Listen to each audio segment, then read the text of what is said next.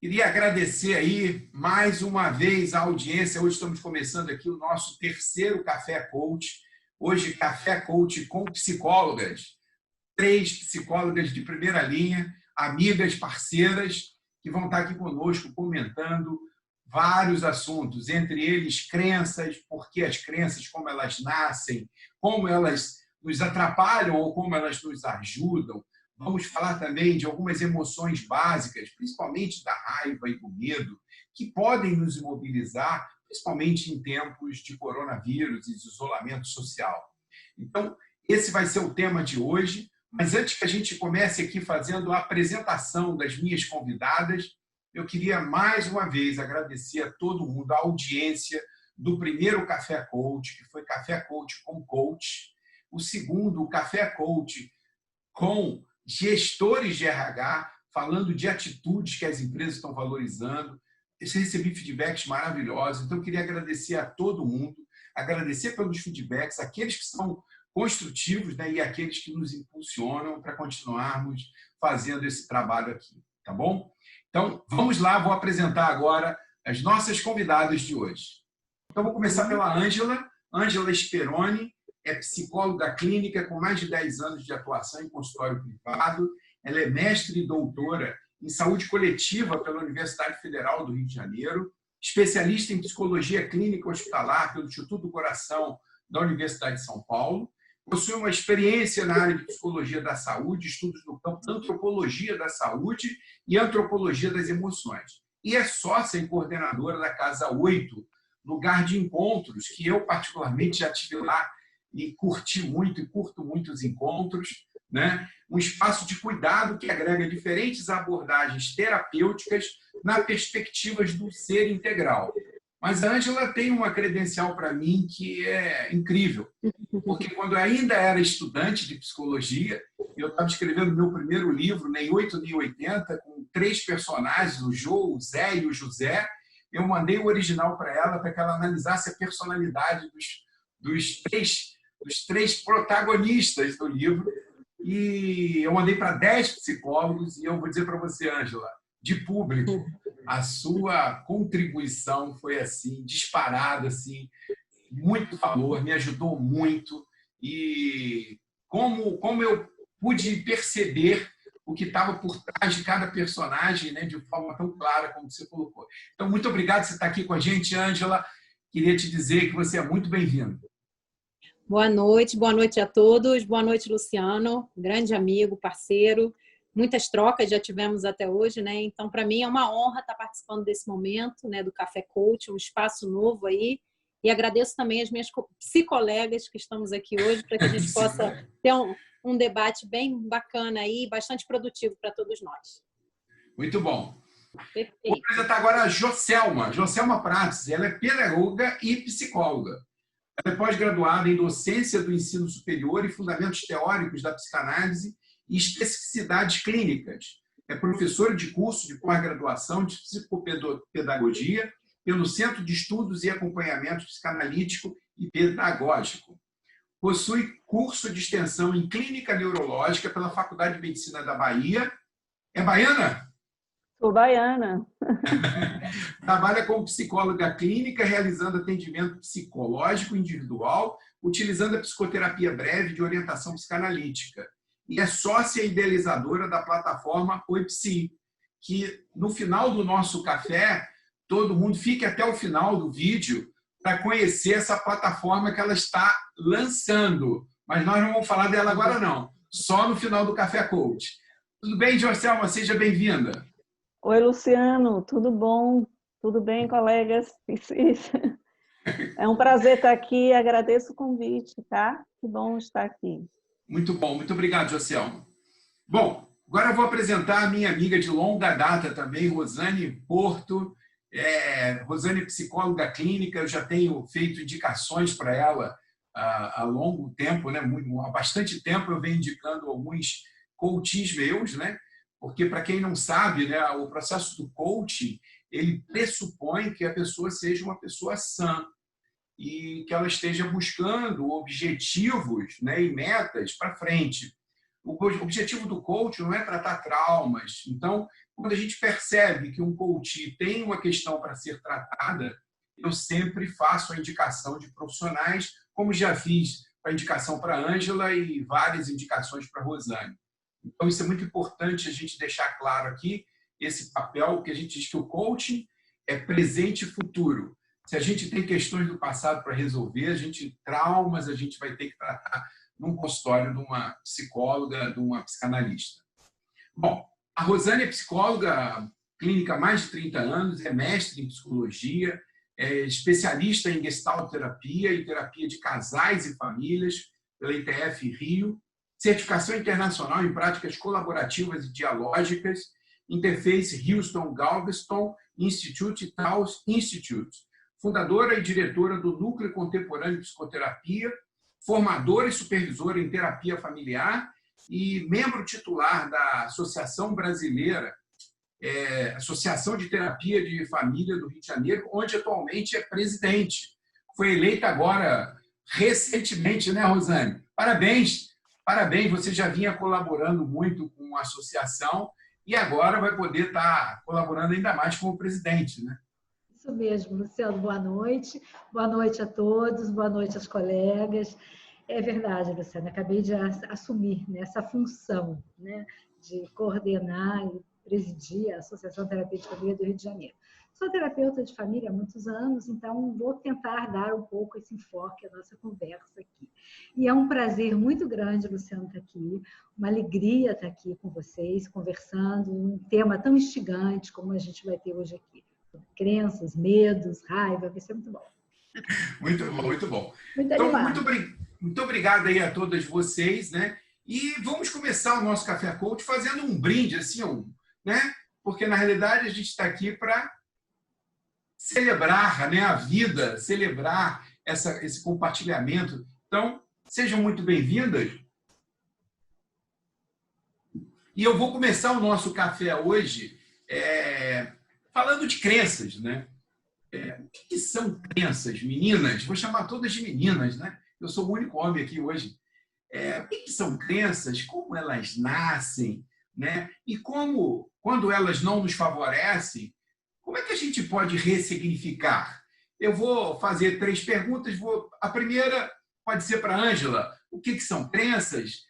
Joselma pode responder como nascem e Rosane pode falar um pouco de como é que a gente pode ressignificar. Pode ser?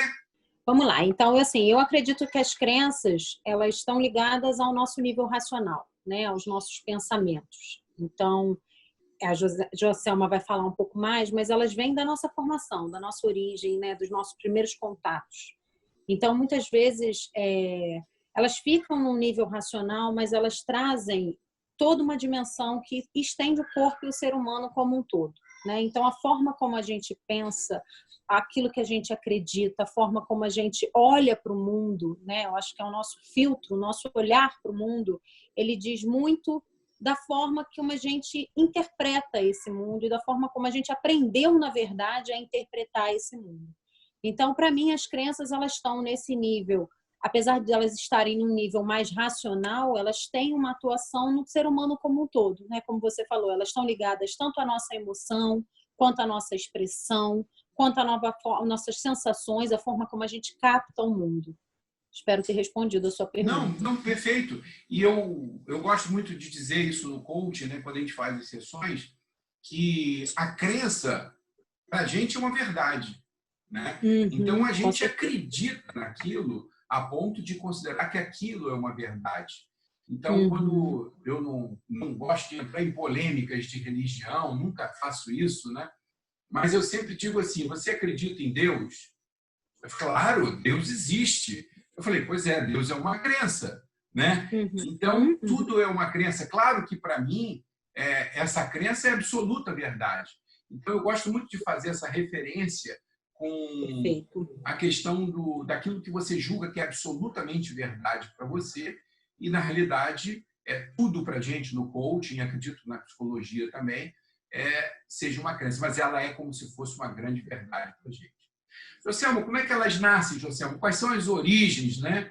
Aquelas crenças hereditárias, aquelas que a gente pega lá dos nossos pais, da primeira infância. Como é que é isso? Bom, Luciano, eu vou tentar não entrar um pouco no que Rosane vai falar, né? Que ela vai entrar um pouco Pode nessa entrar um parte pouquinho, aí. depois a Rosane A também entra com A vocês. Ângela já iniciou um pouco esse ponto, né? Que é nesse movimento da criança ou do ser quando nasce, né? Em contato com o mundo, em contato com aquele outro que cuida, que de alguma forma interfere e que lhe dá uma base de segurança, de cuidados, e que vai, de alguma forma, sinalizando ou mostrando, ou de forma até muito prática, mostrando alguns exemplos pela via do fazer e do tocar e do sentir, que a criança ali, o ser, vai começando a interpretar e a absorver aquilo que ele está captando do mundo como algo verdadeiro, que é uma coisa que você traz aí. Então, há um acreditar naquilo, principalmente se quem está, de alguma forma, iniciando e cuidando é alguém que está ligado a um afeto, a uma emoção, a um carinho, a um amor, né? No caso, os pais, as mães, os cuidadores mais diretos. Né? Eu gosto muito de usar com os meus coaches a ideia de que quando a gente nasce, a gente é uma folha em branco. E que aí vem com os nossos pais, a gente começa a escrever as nossas crenças. O primeiro contato, né, da família, dos pais, dessa relação, como o Joselma colocou, desse afeto, isso começa ali a formar o primeiro conjunto de crenças e que a gente vai evoluindo essas crenças quando a gente vai para a escola, a influência dos professores, depois dos amigos, né? Quando a gente fica adolescente, então, a gente começa a rever um monte de crenças. Depois a gente vai para o mercado de trabalho e aí, antes disso, até para a universidade, ele tem um choque, às vezes, de crenças por tudo aquilo que ele teve lá na infância, né? E aí, depois, no ambiente corporativo, aí que ele fica louco mesmo. E aí, Rosane, quando a gente tem esse turbilhão de coisas, essas coisas toda hora mudando, e na realidade a gente vai ressignificando, né? Mas como é que a gente pode e como é que é mais fácil a gente ressignificar essas crenças? Luciana, é isso mesmo. O ser humano é co-construído, ele se co-constrói na relação com os outros seres vivos, com os seres humanos. E ele constrói suas crenças, como a Joselma colocou muito bem, e a Ângela, né, a partir das relações com as pessoas. E aí vão para a terapia, ou vão ao longo da vida tendo outras experiências que fazem com que ele possa voltar e recontar suas histórias. Nós somos seres históricos, construímos história. À medida que vamos encontrando outras experiências, vamos ressignificando as experiências que temos ou comprovando. Né? Então, na terapia, a gente volta buscando iluminar. Nós temos uma história oficial, que é a história que a gente conta para todo mundo, que a gente conta para a gente mesmo.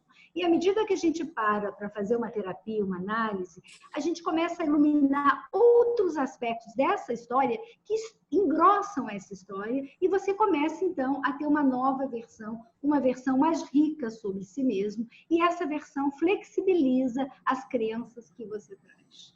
Então, é uma reconstrução de narrativas. Nós somos seres que nos construímos nas narrativas. À medida que a gente vai reconstruindo o que a gente pensa, né, sobre a gente, como as nossas conversas internas se desenvolvem, a gente vai começando a se sentir diferente e a agir diferente no mundo.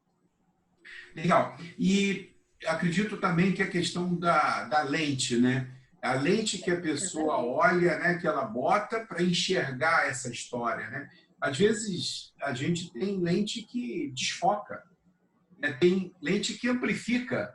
A gente pega uma coisa pequenininha e parece uma lente macro. Eu que fui fotógrafo, né? Parece uma lente macro. Aquilo que é desse tamanhinho fica desse tamanhão. A terapia, a psicoterapia trabalha nessa questão para tentar trocar essa lente, botar uma lente... Ampliar essa lente, Luciano. Na verdade, é isso que a gente faz. A gente não muda o que a pessoa já sentiu, mas de alguma forma a gente vai ampliando, flexibilizando. O mundo não é real para todo mundo. Ele é diferente para cada ser humano. porque as experiências vão moldando a sua forma de sentir, a sua forma de ser. E à medida que você tem a possibilidade de pensar alguma coisa um pouco diferente daquela, questionar aquela crença, você começa a ampliar o seu repertório de respostas para a vida. Não fica mais preso a uma única questão. É quer dizer, é isso que você disse, a lente troca, a lente muda, a lente amplia. Porque, na realidade, queria até um pouco do comentário da Ângela e da Joselma também em relação a esse aspecto, já que a gente está falando de como, né, ressignificar isso, porque, como a Rosane colocou, né, na realidade, essas crenças, elas vão se formando a partir das experiências, né? E sempre do ponto de vista do observador, né? Porque o fato nunca é registrado como fato, ele é registrado como ponto de vista daquela pessoa que é um ser único, né? Eu costumo brincar que a gente tem um DNA único, uma íris única, uma digital única e uma percepção de mundo única, né? Então, é isso aí, Ângela. Joselma. Com certeza, Luciano, eu acredito muito nisso e acho essa perspectiva do filtro é algo que eu trabalho bastante pensando nisso. Qual é a lente com que você está olhando? E na medida que você está num encontro terapêutico, o outro traz a possibilidade exatamente de um novo olhar, né? De um novo filtro, da gente pensar de uma outra, fora da caixinha, eu brinco, né? Porque é isso, a gente está ali enquadradinho nas nossas verdades, com as nossas verdades extremamente estruturadas dentro da gente. E aí, quando o outro nos traz um convite a pensar um pouquinho fora dessa caixa, né, eu acho que abre a possibilidade exatamente de transmutar, de integrar uma nova possibilidade, de ampliar, como a Rosane trouxe muito bem, né, ampliar essa lente, esse olhar para o mundo. É como se a gente, com as nossas verdades, a gente fosse olhando sempre assim. E na medida que o outro traz... Tirar o Antônio, né? Isso. Tira o Antônio. Na medida que o outro traz uma possibilidade, é impressionante. Às vezes a pessoa fala no consultório, é o que a gente traz dos insights, né? Às vezes a gente fala algumas vezes para o paciente, propõe uma reflexão de um outro lugar e de repente acontece algo na vida dele que ele fala assim, caramba, agora eu percebi o que você estava falando. Agora eu consegui de fato ampliar essa visão. Legal. Joselma, para a gente fechar esse bloco... Sim, então, eu costumo falar que o cérebro gosta muito de interrogações. E é algo mágico quando a gente questiona, quando a gente introduz a dúvida até nas nossas crenças, né? Será que isso, de fato, que eu estou pensando e segurando como uma verdade, será que isso é mesmo? De onde vem? Né? Onde foi que eu ouvi? Onde foi que surgiu essa crença, essa certeza ou essa verdade? Que muitas vezes a crença vem por essa base de eu tenho certeza que é assim, né? Não vai dar certo. Algumas frases que, de alguma forma, vai sendo construída no discurso, né? Como uma que a gente vai percebendo ali que tem uma coisa muito rígida, muito fixa na fala e que está preso ali. Parece que a pessoa não desarticula, né? Não sai, não engessada, né? Fica engessada. E aí você falou da lente, né? Eu costumo usar um pouco disso, né? de interrogação. Em alguns momentos eu sinalizo até como uma possibilidade de vamos botar uma interrogação nesse pensamento e ver o que é que acontece com ele, né? Ampliando um pouco mais, exercitando essa capacidade de ampliar as funções que nós temos aqui, que são ricas, né? Muito bom, gostei muito do nosso primeiro bloco. Então, vamos agora começar o segundo bloco. No segundo bloco, a gente agora já vai começar a falar um pouco dos tipos de crenças. E eu vou começar pelo primeiro bloco, que eu gosto muito, que eu chamo de crenças hereditárias. São aquelas crenças que são as frases que os pais, Rosane, ficam falando para os filhos desde pequenininho, naquela primeira infância. Mamãe falava muito comigo, né? Meu filho, você é um estabanado, né? E assim vai. Você não faz nada direito, você deixa tudo pela metade. Desse jeito, você nunca vai conseguir ninguém na sua vida. Tem que seguir o exemplo do seu irmão, né? Quem não ouviu uma frase dessas? Você é muito burro, você é um imprestável, e por aí vai. Essas primeiras falas, aí eu vou começar com a Rosane, que a especialidade dela é justamente família, né? Como é que essas falas, Rosane, são tão importantes. Eu acho que esse é um recado importante para quem é o pai jovem que está ouvindo, né? Para que a gente seja preventivo. Como é que funciona isso, Rosane? Luciano, eu tenho a impressão que a maioria dos pais nem se dão conta dessas frases que eles falam. Eles não falam isso para criticar, nada disso. Eles aprenderam isso e quando a gente começa a olhar no genograma, que é a árvore genealógica das pessoas, a história de vida, a gente vê que tem heranças que a gente vem recebendo, heranças emocionais, que às vezes nem são respondidas por essa relação atual, mas por relações com os avós ou com os bisavós, né? São coisas que vão sendo passadas, ninguém sabe por que faz. Por isso que são crenças que Vem na família, né? Isso. Quando você monta uma sessão de família e você começa a trabalhar eventualmente, por exemplo, uma criança que está com dificuldade na escola, você começa a ver como aquele pai não estava empoderado, o padrasto também não está sendo, de uma certa forma, limado por essa... Você começa a ver algumas questões que são crenças que, assim, tipo a crença do homem não ser um poder na família. Quer dizer, coisas que você, à medida que você abre a lente e foca num sistema um pouco maior que apenas o indivíduo, você vê que às vezes vem de herança, né? Outras vezes não, é da própria relação com os pais, com certeza, e com os colegas. Esse nome crenças hereditárias, então, ele é bem adequado, né? A gente não fala hereditário, porque hereditário é biológico, né? A gente são transgeracionais. Mas vem de geração a geração. Você sabe que no coach se usa o termo hereditárias, assim como as capitanias hereditárias, né? Sim. Gente, porque tem a questão genética, tem a questão geracional, mas é uma coisa que, como você explicou, vem da avó, que passa para o pai, que passa para a mãe, e assim. Tem consciência. Então, no coach a gente chama de crenças hereditárias. Eu vou colocar agora a questão das crenças sociais. Vou colocar crenças sociais. Não sei se Ângela ou a Joselma gostariam, mas as crenças são aquelas crenças populares, aquelas que são impostas pela mídia, pela sociedade, né? Do tipo, o mundo é perigoso, né? O mundo é injusto e cruel, o mundo é dos espertos, né? Você deve levar vantagem em tudo. A Ângela talvez não conheça, mas a Rosane e a Joselma talvez lembrem da lei do Gerson. Você tem que levar vantagem em tudo, né? Você nem conhece. Gerson foi um canhotinha de ouro da seleção brasileira que ele teve essa infelicidade num comercial e acabou virando. Você tem que levar vantagem em tudo. A sociedade pode dizer assim, os ricos são mais felizes. Outra crença também social é você só vai ser aceito, meu filho, na sociedade se você for magro. Coisas que essas são crenças sociais. Joselma, pode abordar esse tema para a gente? Sim, é um tema, uma parte interessante, até porque aqui na Bahia a gente é movida à música, né?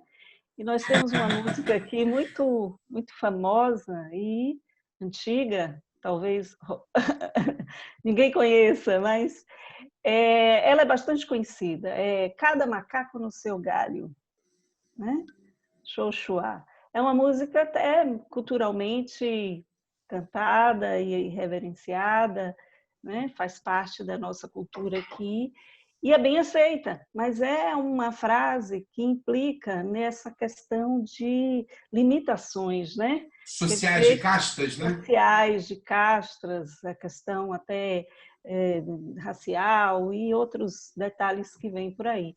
Então, as crenças sociais, no meu entender, elas entram muito nessa parte macro, né, no coletivo mesmo, e que vai se passando de grupos para grupos, de famílias e de comunidades também, né? Muitas vezes é um falar que é muito regional. Aqui também tem outra expressão, me bata um abacate, né? Quando a gente fica duvidando de alguma coisa. Me bata um abacate, é isso? Quando a gente, de alguma forma, não está acreditando naquilo, está duvidando que aquilo não é muito seguro. Então, são expressões que estão no popular, né? Então, de alguma forma, pode se fixar como uma crença, né?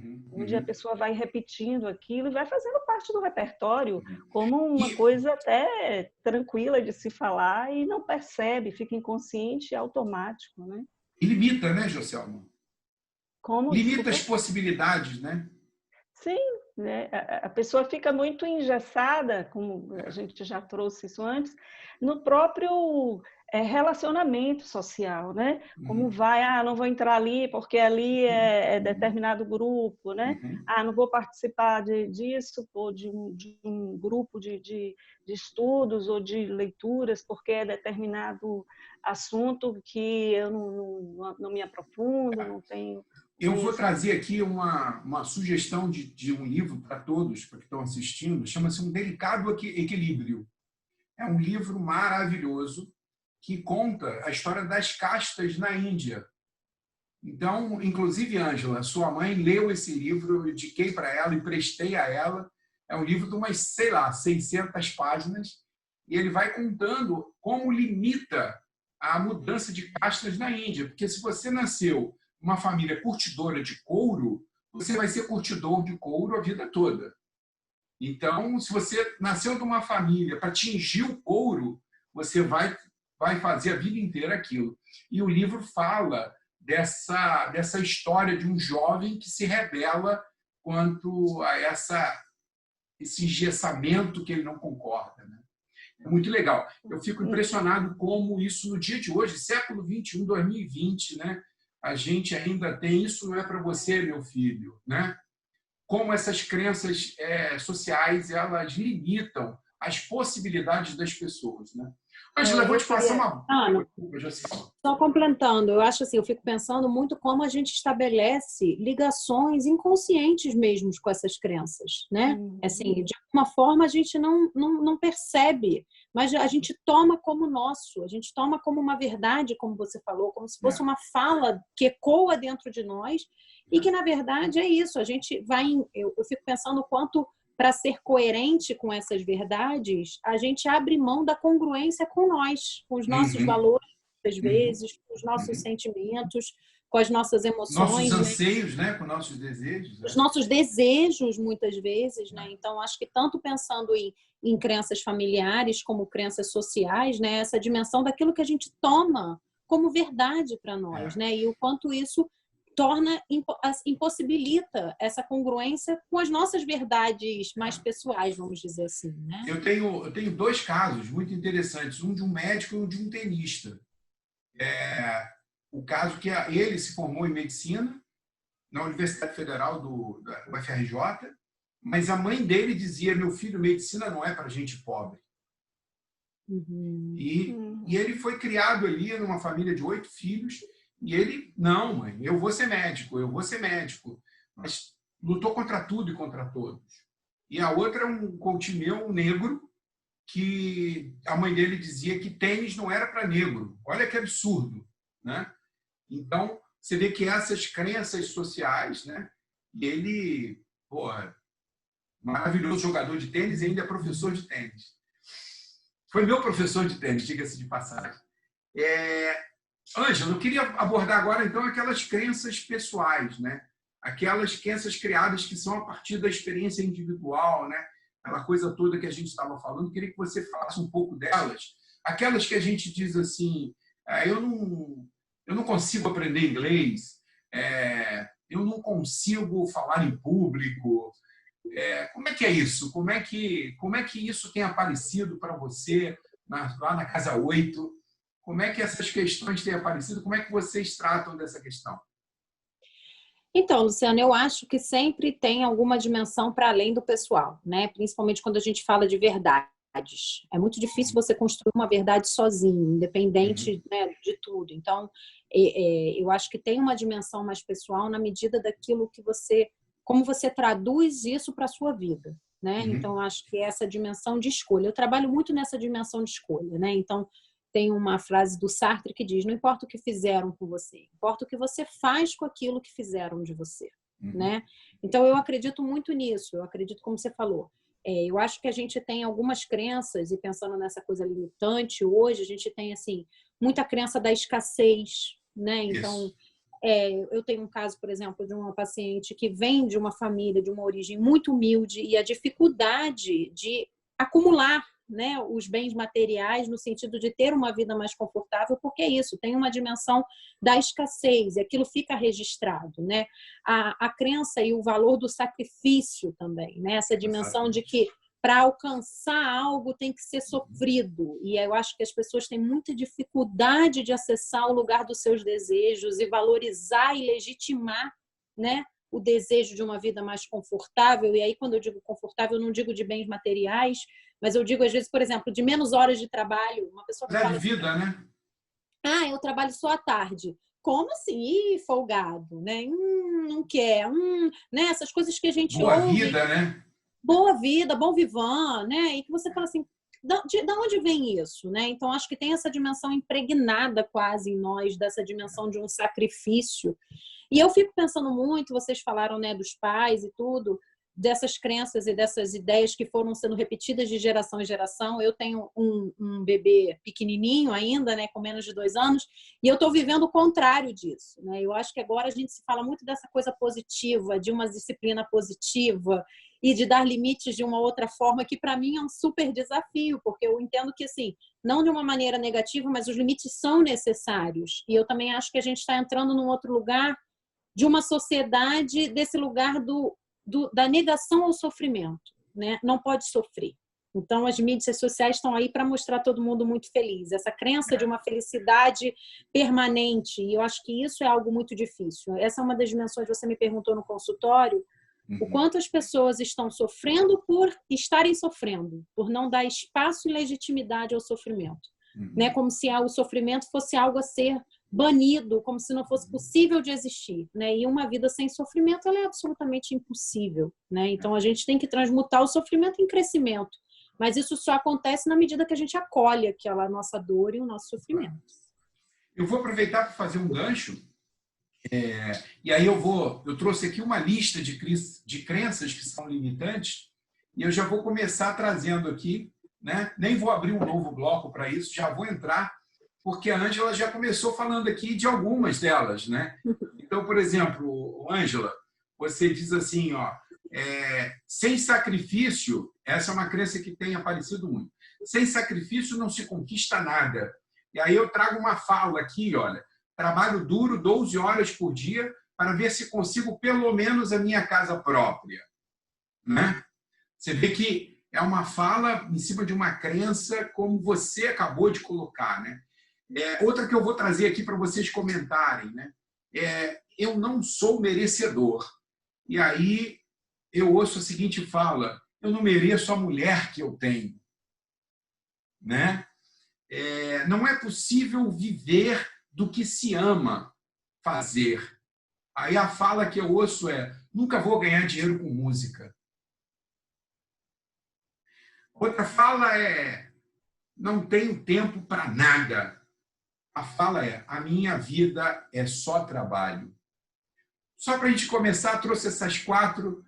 Rosane, aproveita aí o gancho aí, você lá nas terapias de família, essas crenças têm aparecido muito. Sim, Luciano. A gente observa que isso traz muitas complicações nos relacionamentos. Porque você imagina um casal, cada um vem de uma família, cada um vem de uma cultura de crenças, e vão morar juntos e ter que negociar todas essas crenças. Normalmente, elas não são conscientes. Um começa a acreditar que o outro, como pode? Né? Como pode, né, sentir assim ou pensar assim? Né? Já tira próprio como se fosse uma verdade aquilo que ele está colocando. Né?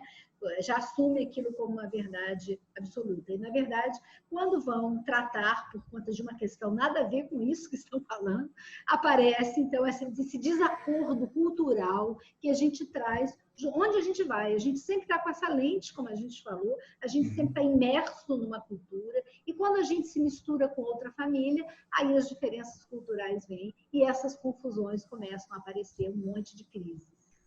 Rosane, quando essas crenças ficam explícitas, porque elas estão lá no inconsciente, lá, né?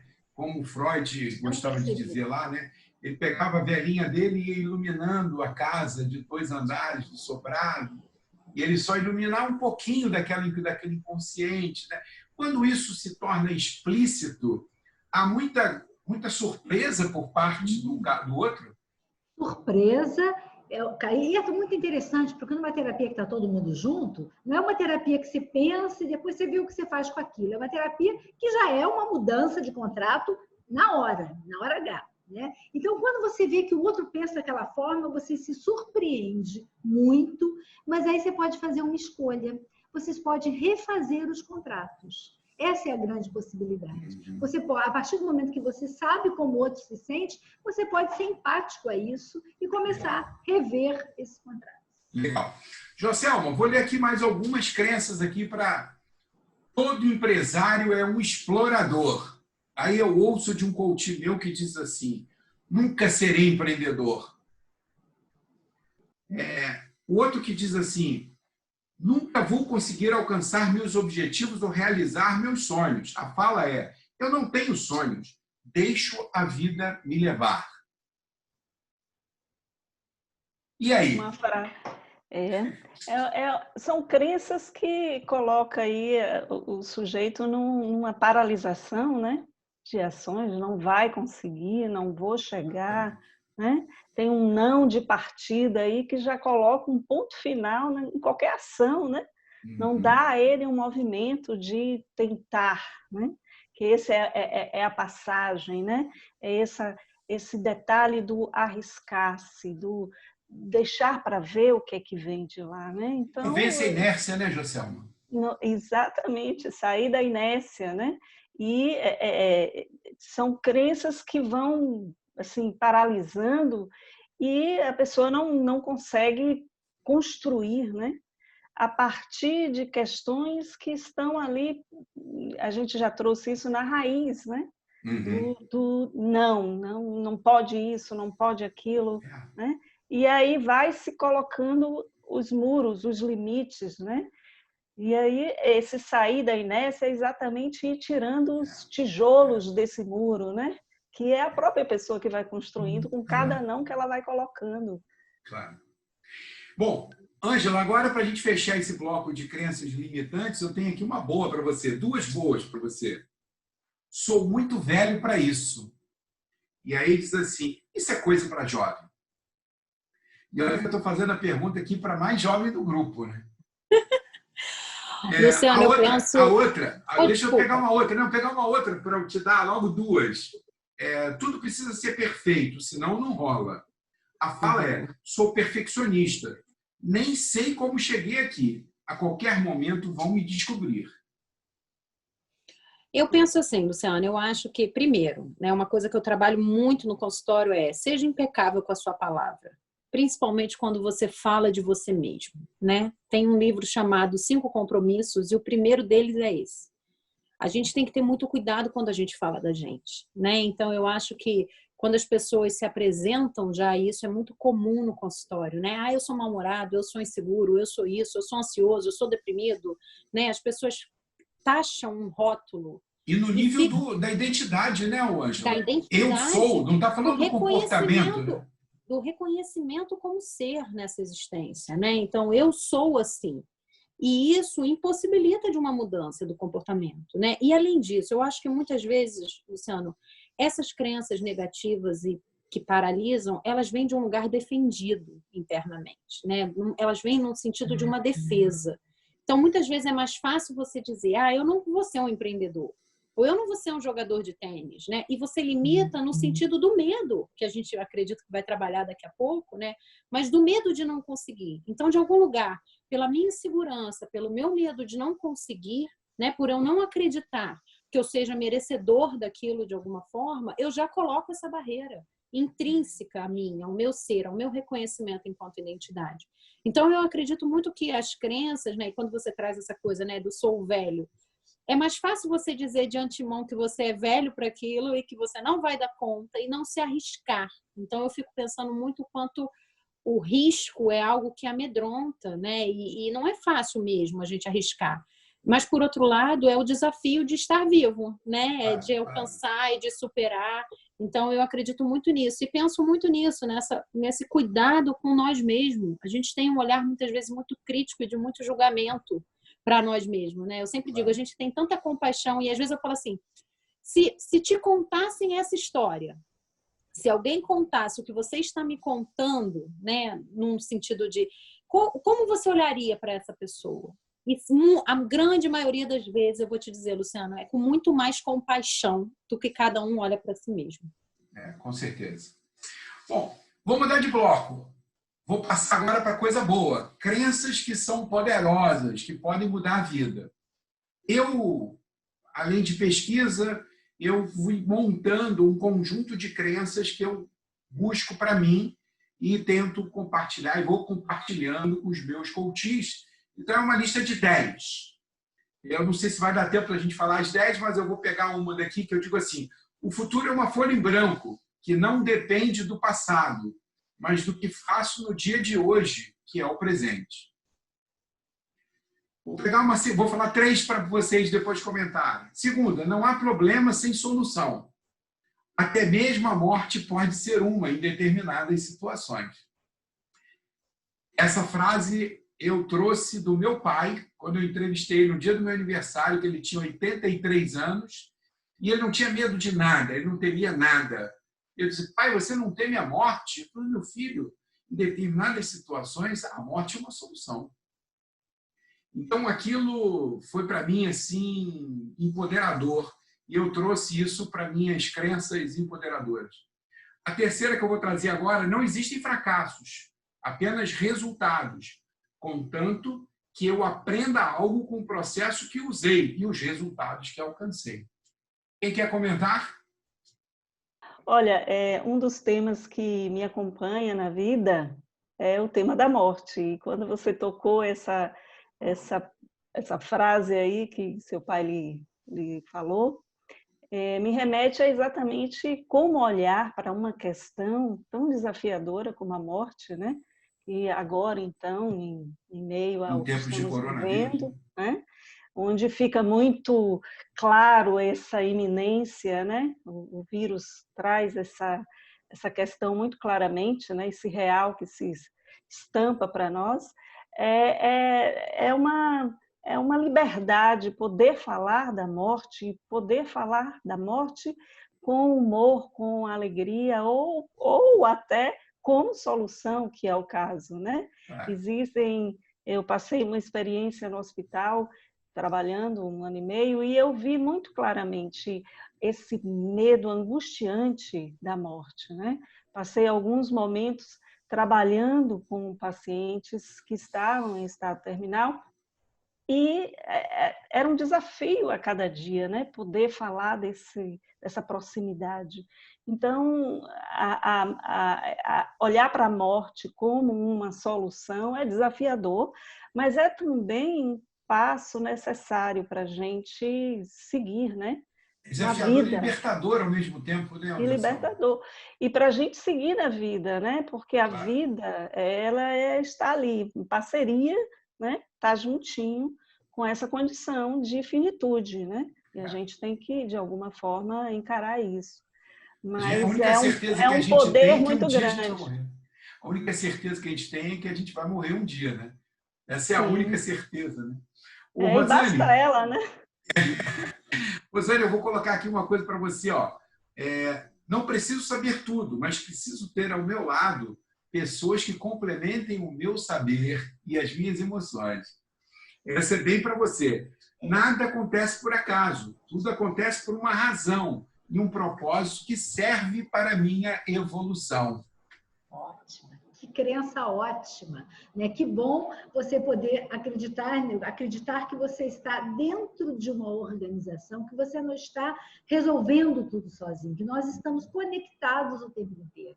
E tudo que a gente faz tem a ver com alguma questão que está circulando. Quando você tem essa sensação de pertencimento, de religares, de estar ligado aos outros, você fica um pouco mais tranquilo, porque você não puxa para você toda a decisão de tudo. Tudo é um contexto que decide. Tudo tem uma força que se organiza daquela forma, né? Então, eu acho muito interessante essa crença, a crença de que você pertence.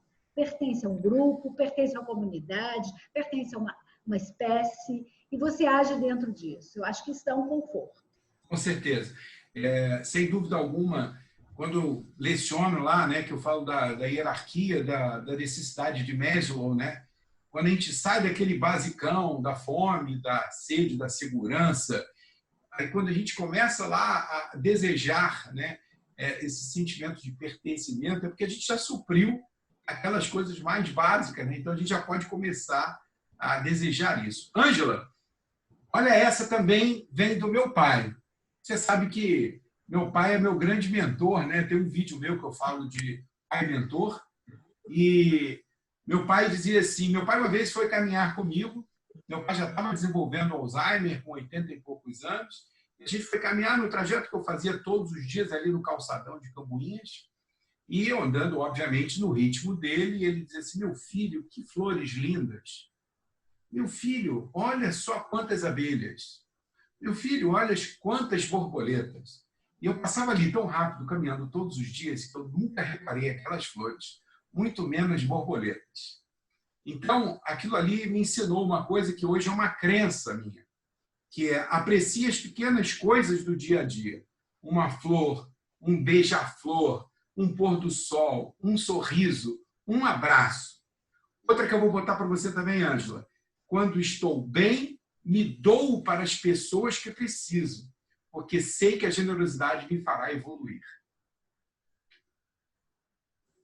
Ó, Luciano, isso você me conhece, você sabe que é quase um mantra para mim, né? Apreciar as pequenas coisas da vida, porque eu acredito nisso, acredito muito no que a Rosane falou, dessa dimensão do pertencimento. Pertencimento num nível mais cosmológico também, né? Da gente poder honrar o lugar que nós estamos, né? Honrar a nossa família, honrar a nossa cidade, honrar o lugar onde nós nos encontramos hoje, né? Como é isso, eu acredito muito numa dimensão de que a beleza está nas coisas simples, né? E isso faz a grandiosidade da alegria, né, da vida. Então, eu acho que agora a gente está vivendo um momento de extrema restrição, né, por um lado, e extrema amplitude por outro, né? A gente muitas vezes justificava a nossa dureza na vida, a nossa, né, limitação no olhar, num olhar mais belo, mais leve para a vida, com a questão do tempo. Né? Eu não tenho tempo, é isso. Eu estou correndo para o trabalho, então eu não tenho tempo para parar, para admirar uma flor,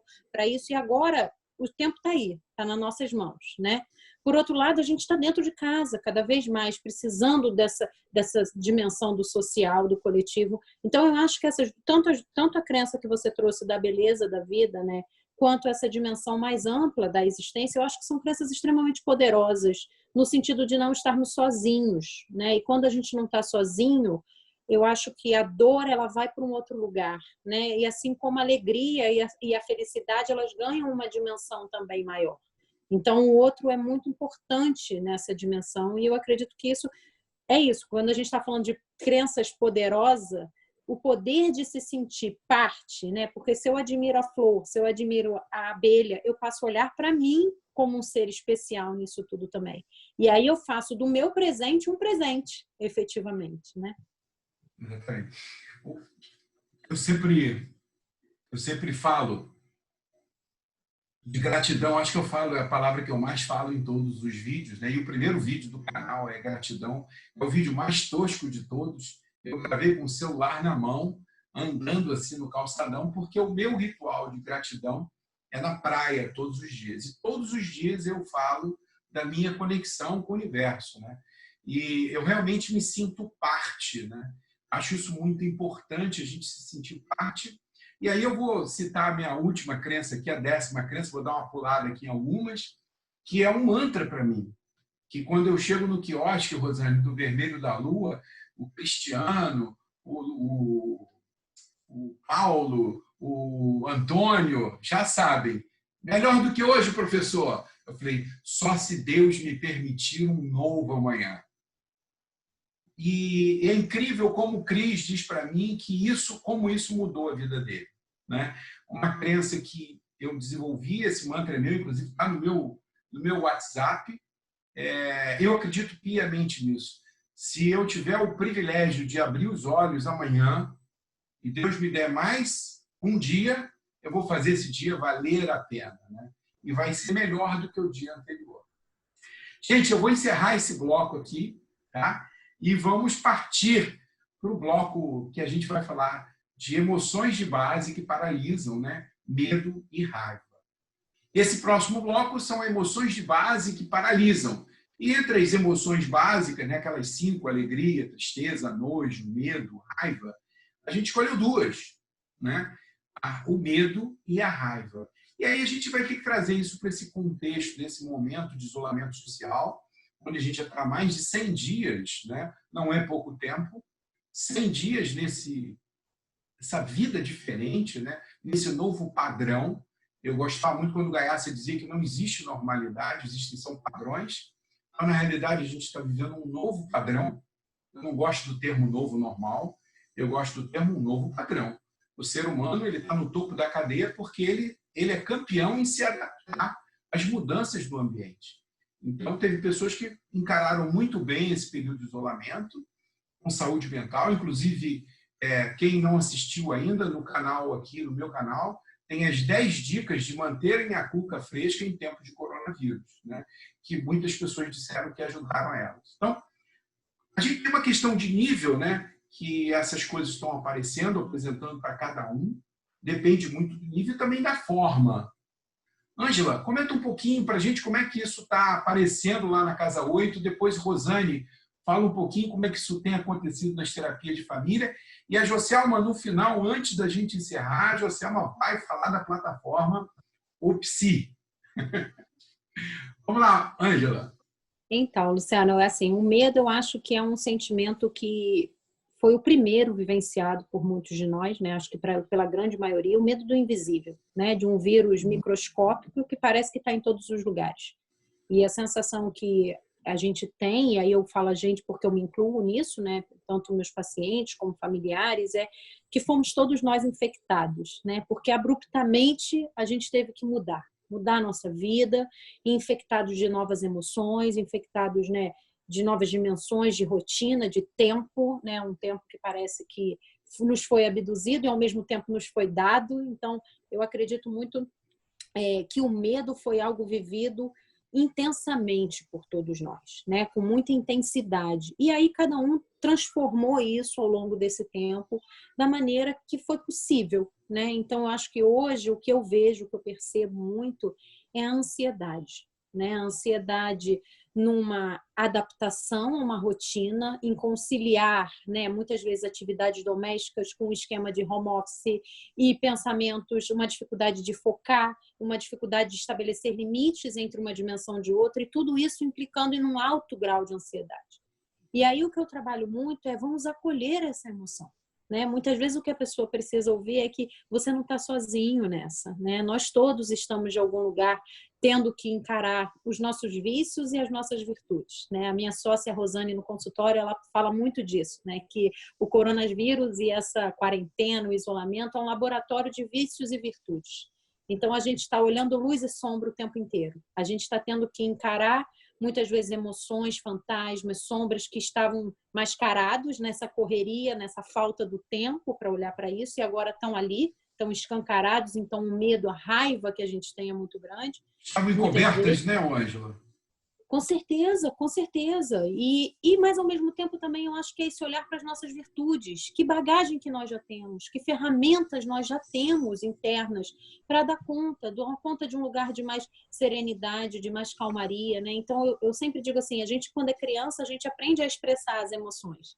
E depois a gente é quase que levado a aprender a não expressar as emoções, né? Então, eu acredito que o primeiro passo, Luciano, é se acolher. Né? Esse acolhimento, essa compaixão, de novo, que eu falo consigo mesmo, para que a partir disso eu pense assim, ok, talvez eu não controle o que eu sinto, mas eu posso controlar o que eu faço com aquilo que eu sinto.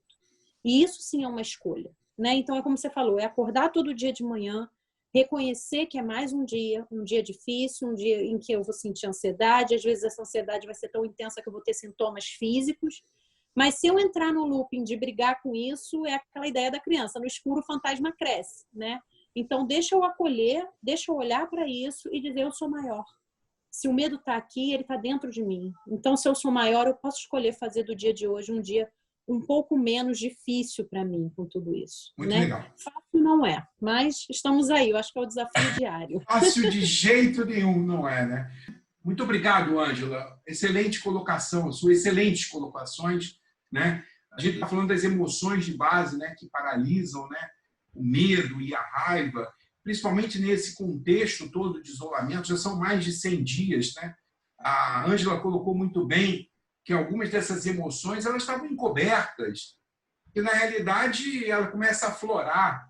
E eu queria passar para a Rosane, que é uma especialista em terapia de família, como é que isso aconteceu, porque as pessoas reclamavam que não tinham tempo, as pessoas reclamavam que o outro trabalhava muito, e agora, de uma hora para outra, marido e mulher, 100% do tempo juntos, não vejo os meus filhos. E os pais com saudade da escola, admirando muito a professora, né? Como é que foi isso, Rosane? Pois é, exatamente isso, Luciano. Na verdade, eu falo que esse isolamento social está funcionando como uma caixa de ressonância. A gente está tendo as emoções e a oportunidade de vivê-las de uma forma muito mais intensa do que já vivíamos. Né? Então, não tem nada novo. A gente montou alguns programas sociais na associação e no contemporâneo também, em que a gente achava que eram programas sociais para atender pessoas por conta dessas emoções, mas, na verdade, tudo era o que já estava lá, que foi ampliado.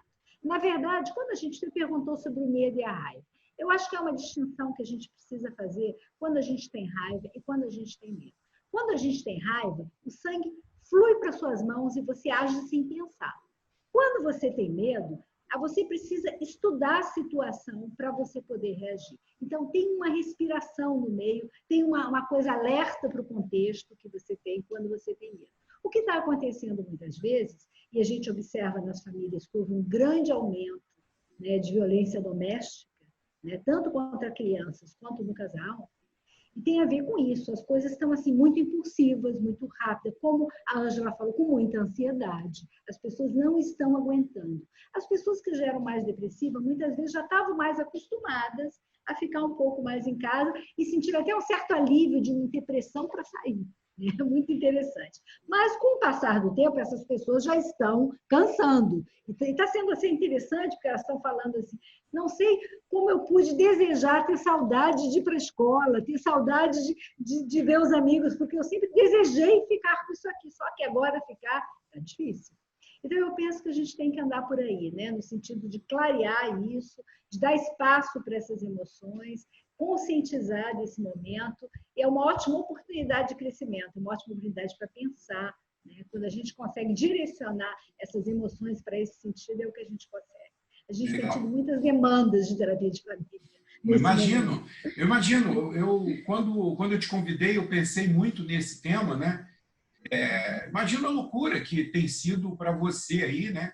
Eu sei que você está trabalhando muitíssimo, que está atendendo remotamente via Skype, se virando, né? Agora, Joselma, a gente falou muito de ansiedade, né? De tudo isso, mas será que também, como a Rosane colocou muito bem, né? A gente, quando tem medo, desde a época das cavernas, né, a gente retira o sangue das extremidades. É uma informação importante que a gente vai para a luta, então a gente pode sangrar, então naturalmente a gente fica com as mãos frias, sua, né? Isso é uma coisa que vem lá de trás. E quando você tem raiva, ela está indo para o movimento, você vai para a rede social e esculhamba todo mundo, todos os governantes, do nível municipal, estadual, federal, você briga com todos os seus amigos, mas também apareceu, Joselma, um pouco de apatia. Porque eu percebi algumas pessoas desenvolvendo uma apatia. Faz sentido isso? Sim, e um desânimo, né? Essa apatia nessa intensidade com o desânimo. E que mobilizou, né? uma desesperança, uma sensação de que e aí não vai ter nada, parece que se perdeu, né? Aquela ideia de civilização que tínhamos, e não é bem assim, muita coisa ainda está acontecendo como acontecia, apenas estamos ajustando, né, nesse momento em que exige de todos nós uma adaptação. Mas essa apatia é muito pela natureza de cada um, né? No consultório eu vejo muito o arrastamento quando chega para falar, isso antes da pandemia, claro, né? Agora é só online. Mesmo online a gente sente, percebe, né? No tom do discurso ali, como se mostra, alguns se jogam muito na cama, se arrastam, como um tom de desesperança. E isso é mapeado assim de uma forma muito clara no discurso que o paciente traz. É preocupante porque a gente tem que ir trazendo o paciente para as questões que, eu diria nem questões, mas para aquilo que é prioridade, para aquilo que é importante, né? A Ângela trouxe a questão das coisas simples, né? Do básico, o prazer até de lavar pratos, né? Que é uma coisa que a gente se pega na rotina do dia, mas esses movimentos simples que a gente se desconecta há muito tempo já e que agora somos, né, praticamente obrigados a parar e ver pequenas coisas, né? Você trouxe a beleza das árvores. Eu tenho aqui uma varanda que eu tenho até pé de pitanga num vaso e eu fico ali, minhas pitanguinhas, né? Quando cai uma pitanga, eu fico chorando minhas pitangas e converso com minha mãe e minhas pitangas. Então, essa diversidade de coisas simples que podem ser feitas para preencher e dar um colorido ao dia. Eu trabalho muito por essa via, né, de como trazer cor, alegria, né, pelas coisas simples, que muitas vezes quem está e quem traz essa fala da apático e desesperado, com desesperança, parece que está vendo tudo cinza, né? E aí traz aquela... E aí vem a questão, né, Joselma, a questão de jogar luz, né? Porque eu, como fotógrafo, minha primeira profissão foi fotógrafo, se eu tenho pouca luz, a cor ela é apagada. Quando eu jogo a luz adequada, a cor se abre, né? Sim. Então, você jogar luz sobre isso, aquilo tudo que está muito cinzento, né? Eu costumo comparar com o mar. Eu chego quando o dia está nublado, o mar fica cinza, né? Aí quando está aquele céu azul, você vê aquele mar azul, né? Eu digo que é jogar um céu azul na vida das pessoas para poder elas enxergarem as cores que estavam ali, né? E sentir o prazer de fazer um arroz, Joselma. Um arroz. Você fazia a sua comidinha caseira, que você que reclamava de comer naquele quilo todo dia, agora você tem o direito de pedir no hortifruti, né? Os seus legumes, o seu brócolis, você cozinhar e fazer uma comidinha caseira, né? É só uma questão, de novo, de ponto de vista, né? E desenvolver uma nova arte, né? Ou Com seja, certeza. a culinária Até descobrir novos talentos para lavar a louça, né? Exatamente. Exatamente.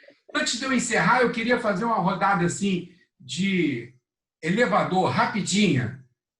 Que talento você descobriu nesse período de 100 dias de isolamento? Luciano, descobri muitos talentos. O mais importante que eu acho foi me tornar tão tecnológica como eu estou. Hoje faço muitas reuniões pelo Zoom. Hoje a minha vida é sentada, trabalhando online. E eu não sabia nada disso. De uma hora para outra, isso foi novo na minha vida. É claro que tem muitas coisas que eu tenho feito. Eu tenho uma hortinha, eu estou em casa o dia inteiro. Descobri que amo a minha casa. Que eu até pensava em mudar um tempo atrás, não vou nunca mais mudar, estou adorando estar aqui, me sinto uma privilegiada por ter um terreninho, por ter o sol. Então, assim, isso foi muito importante para mim, isso promoveu uma mudança muito grande na minha forma de ver a vida. Eu acho que isso chegou para ficar, né? Eu acho que essa não vai mudar. Ângela, qual foi o talento, Ângela, que você descobriu? Então, Luciano, na verdade, assim, duas coisas. Primeiro, que eu estou me redescobrindo de novo para além da maternidade, porque isso é muito bom também. Apesar de eu estar o tempo inteiro com ele, eu acho que tem um momento de efetivamente ter que construir um espaço para mim. Isso é muito bom, né? Então, assim, na verdade, duas coisas que eu dizia que eu queria fazer e não tinha tempo. Uma é como legítima italiana, tenho cidadania, estou estudando italiano finalmente, para não passar vergonha mais de apresentar o passaporte. Lá na Toscana, né? Falar nenhuma palavra sequer, a não ser buongiorno.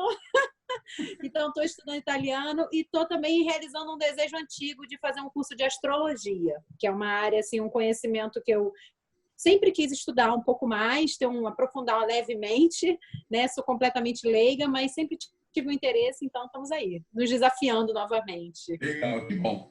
Novos saberes, né? Jocelma, qual o talento, Jocelma?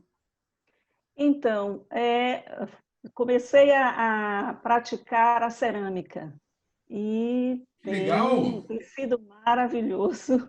Tenho mexido com argila, eu gosto muito de me comunicar com as mãos, então dei um destino para esses movimentos meio desconexos que entram um pouco na fala, mas tem sido maravilhoso. Sentir o barro, construir algo, né? Tem me ajudado bastante nas inquietações que essas informações e desinformações que chegam para a gente nos coloca, né? Mas tem sido muito bom. Que bom. Bom, como tudo que é bom tem que chegar ao fim, né? Vamos fazer aqui o nosso bloco de encerramento, né? Eu queria pedir primeiro para a Rosane, né? Falar um pouquinho, né? Você agora está assumindo a presidência lá da Associação de Terapia de Família do Rio de Janeiro. Também você tem o seu espaço. O espaço é seu, Rosane, para você falar um pouco desses desafios que você tem pela frente aí. São muitos desafios, Luciano. Eu tenho realmente trabalhado muito e tenho adorado o que eu estou fazendo. Na verdade, hoje eu penso que tem duas grandes metas. Uma é tornar tudo mais tecnológico, que é a forma que a gente tem de se comunicar, então eu estou investindo muito nisso, tanto no contemporâneo, que tivemos que dar toda a nossa formação, supervisão, atendimentos de família, tudo online, quanto na terapia de família, na Associação de Terapia de Família do Rio de Janeiro, que a gente está com vários programas sociais também, e estamos incrementando toda a nossa ação, nos direcionando para isso, né? Para atender mais essa demanda social que está muito grande no Brasil. Então, tem sido um momento muito rico para mim, um momento que eu tenho trabalhado loucamente, mas apaixonadamente. É isso, fora o consultório, né? De sempre. Que bom. Ângela, e você, além desses desafios que você falou da maternidade, né? O Vicente já está com quantos anos? 1 e 9, 1 ano e 9 meses. Pois é. A maternidade, conciliar isso tudo. Fala um pouquinho dos desafios do espaço lá da Casa 8, que fica em Laranjeiras, que você tem suas sócias, que tem trabalhos maravilhosos com pessoas da melhor idade, terceira idade, sei lá como é que você chama. Então, Luciano, eu também. Eu acho assim, é um grande desafio, como a Rosane trouxe. Assim, eu particularmente tinha uma grande dificuldade com a tecnologia, então eu acho que hoje é um chamado que a gente tem, né, para se adaptar a novos formatos, novos modelos e é surpreendente, assim, para mim está sendo um desafio, mas ao mesmo tempo extremamente prazeroso, como a Rosane trouxe, de encontrar novos formatos de conexão, né? Tanto na nossa vida pessoal, mas especialmente pensando em termos do meu consultório, dos meus pacientes e dos nossos encontros na Casa 8 também, né? E a gente vem trabalhando muito, eu e a Rosane, pensando, a gente já tinha um espaço social, né? E agora a gente está implementando isso com mais força, pensando em abordagens mais integrais mesmo, né? Que a gente possa trazer, a gente sempre diz, eu e a Rosane, que o coração e a cabeça eles estão a menos de um palmo de distância, mas parece uma distância enorme, né? A integração entre o que a gente sente, o que a gente pensa e uma forma de estar no mundo mais presente, mais inteiro. Então, hoje a gente vem desenvolvendo um projeto junto com os nossos parceiros de pensar efetivamente, né, em cada indivíduo como protagonista do seu processo terapêutico e que ele possa circular ali dentro do nosso espaço e das diferentes abordagens terapêuticas, exatamente pensando em cuidar desse ser de uma maneira mais integral. Então, eu acho que é uma coisa que a gente já tinha, né, já era a nossa missão enquanto espaço, mas que vem crescendo com mais força aí. Muito É legal. isso. E convido a todos a nos conhecer. Ficamos em Laranjeiras, aqui no Rio de Janeiro. Será um prazer. Pode dar o endereço, pode dar o endereço. Rua das Laranjeiras 285. Estamos no Facebook e no Instagram também. Ô, Joselma, eu queria que você falasse dessa plataforma, que eu já recebi o Carlos Queto, nosso amigo em comum, que inclusive me apresentou você, falou da plataforma Oi Psi. Fala um pouquinho para a gente. É uma plataforma que nasceu exatamente de uma inquietação pela via de uma experiência clínica, né? Atendendo das mais variadas formas no sentido de como esse paciente chega para a gente na clínica. Então, via plano de saúde, via algum convênio, né? É de forma social, é de forma particular. Então, e até pelo SUS, como foi o caso na experiência do hospital, onde eu atendia no ambulatório. Então, foi surgindo, no ano passado, uma inquietação em relação à acessibilidade, horários disponíveis na clínica, alguns horários especificamente que não eram preenchidos ou que parecia que não havia uma preferência ali, né? E a questão de perceber que existia um público que não tem, né, plano de saúde e que também não consegue um acompanhamento psicoterápico com uma regularidade pelo SUS, né? Porque a rede não é tão ampliada, né? Ela é uma rede até muito boa no sentido ideal da idealização, mas ela não consegue absorver toda a demanda. Então, ficam pessoas querendo fazer psicoterapia, mas de alguma forma, né, fica ali meio inviabilizado de fazer. A plataforma vai fazer atendimentos online, é isso? Não, a plataforma vai fazer essa conexão, né, disponibilizar horários dos psicólogos para que as pessoas possam escolher qual psicólogo, o horário que é mais conveniente para ela e já agendar. É uma plataforma de agendamento apenas. Legal. O atendimento, ela foi pensada para a forma presencial, mas também agora online. Também, legal. E qual é o endereço? Dá um endereço aí para a gente aí. Já tem o endereço do site? Tem, sim, www.oipsi.com.br. Muito bom. Gente, eu queria agradecer de coração aí as três. Mas antes eu queria saber, vocês curtiram? Muito. Sim. Muito. Foi muito bom, Luciano. Foi legal? Ótimo papo, muito gostoso. Foi muito bom. O importante é eu escolher as pessoas certas. Então, quando eu escolho as pessoas certas, sempre funciona muito bem. Né? Foi um prazer conhecer. Um prazer conhecer as colegas também. E foi muito divertido também, muito leve. Bom, eu queria mais uma vez agradecer as três convidadas. Foi mágico.